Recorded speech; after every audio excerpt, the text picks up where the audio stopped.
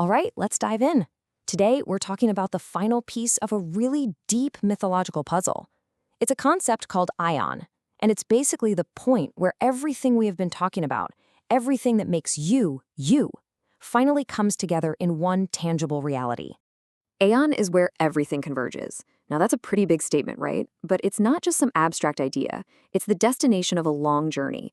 It's that moment when your entire inner world, all your thoughts, your spirit, fully shows up in your physical life. Let's unpack what that actually feels like.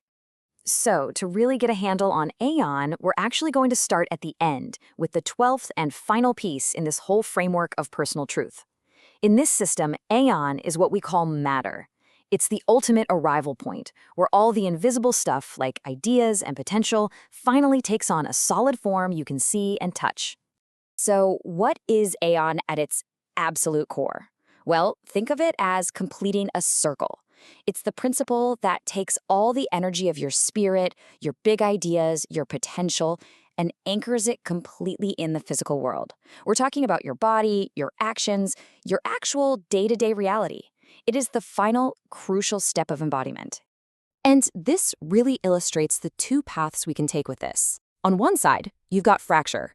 This is when we feel disconnected from our bodies, almost like we're just floating through life. It feels abstract, kind of hollow. But on the other side, there's cohesion. This is when you fully inhabit your body, as if it's a temple. Your presence becomes solid, real, and just undeniable. It's the difference between being a spectator in your own life and actually living inside of it. So where does Aion even come from? Well, it doesn't exist in a vacuum. It's the capstone of a much larger structure called the skeletal system. I want you to think of this as the internal architecture of your personal truth, the very framework that gives your entire being its shape and support. This internal skeleton, it's like a map to our own creative DNA. Each one of these ribs is a core truth, a fundamental piece of life. And each one has two sides, a shadow, which is fracture, and a light, cohesion. And the goal isn't to get rid of the shadow, but to bring both sides together to create this state of wholeness, this thing called convergence. And here, we can see the detailed blueprint of Aion itself. Every little piece here gives it a specific energy. Its element is earth, which totally grounds it in the physical. Now look at its shadow form, rigidity.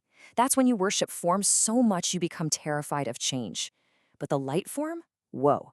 It's the embodiment of eternity, this incredible stillness that somehow contains all possibilities. Every piece here helps define its unique power. Okay, but how does a concept this big, and let's be honest, this abstract, become real?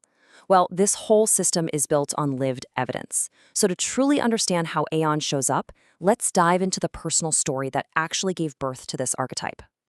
The story begins in a place I think we all know really well. You know, that simple idea that if you're feeling off, just go for a walk in the woods. Nature will bring you back to yourself. It's simple, right? But then, something completely unexpected happens. The search for just a general sense of peace gets interrupted by a direct, personal encounter. He feels a distinct presence, a personality coming from the tree itself. It's one of those moments that just completely defies any simple logical explanation. And that one encounter just opened the floodgates.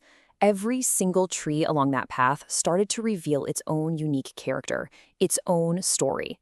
It was living proof that this unseen, energetic intelligence in the world wasn't just some nice idea. It was something you could directly experience and know for yourself. This direct experience led to an absolutely profound realization.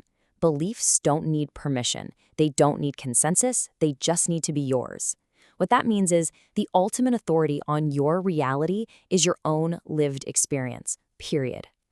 So this personal proof leads us to the final concept, which is convergence. This is where the whole myth comes full circle.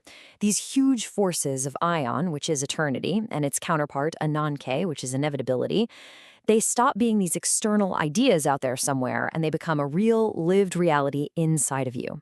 Now, embodiment isn't just an event, it's a process. It's not like you flip a switch. It starts as spirit descends fully into the body. Then that receptive feminine sensation takes root. And then that focused masculine awareness comes in to inhabit it. And it's the union of those two forces that finally makes our experience tangible, real, and right here, right now. And that is the true meaning of convergence. It's the moment you stop floating above your life, watching it like a movie, and you fully inhabit it.